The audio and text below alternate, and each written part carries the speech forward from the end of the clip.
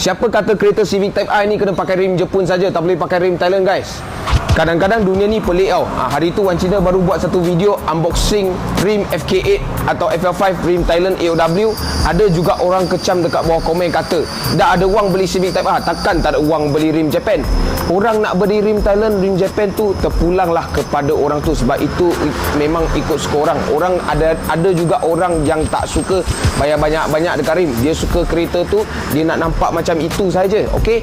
So hari ni Wan Cina nak unboxing lagi satu set rim AOW buatan Thailand floor forming untuk kereta FK8 FL5. Sebab sebelum ini AOW keluarkan saja TE37, tetapi hari ini ada satu model baru yang Wan Cina nak tunjuk kepada korang. Okey, so kita buka kotak dulu, tengok rupa rim dia macam mana, guys.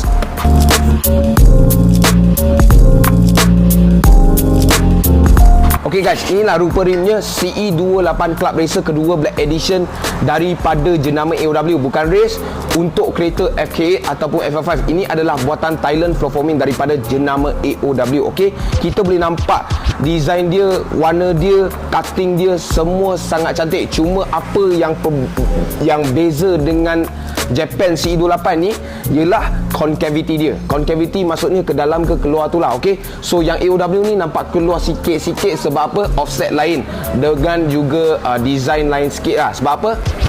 Yang race Japan dia ada phase 1, phase 2, phase 3, phase 4. Okey, tetapi AOW tak ada lah. AOW cuma ikut offset saja. Ini adalah spek 18x9.5 JJ, offset 44 5x120 PCD. Memanglah untuk kereta FK8 ataupun FL5 sajalah. Okey, warna dia memang pasang kat kita nampak garang gila. Wan Cina personally suka rim ni atas kereta FK8 ataupun FL5 sebab apa? Nampak lagi sporty. TE37 ni memang cantik, tetapi dah banyak sangat orang pasang. CE28 ni mungkin kurang sikit dengan market. Mungkin orang tak suka, tapi Wan Cina sendiri sangat-sangat suka rim CE28.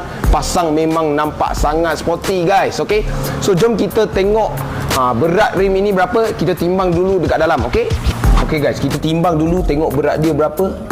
Okey, AOW ini 9.1 kilo sahaja untuk CE28 FK8 ataupun FL5. So itu sahaja untuk video ini. Kita nak tunjuk sikit dan juga unboxing sikit rim CE28 yang baru sampai daripada jenama AOW untuk kereta FK8 dan FL5. Korang dah tak bosan dengan TE37 nanti daripada AOW. So orang yang pakai FK8 dekat luar sana ataupun FL5 nak cari rim Thailand, sekarang dah ada model baru dekat pasaran. Okey, so itu sahaja untuk video ini. Kalau korang suka video kali ini, tolong like, share dan komen kat bawah apa yang korang nak tengok. Macam biasa, cari rim, cari Wan Cina. Thank you, guys.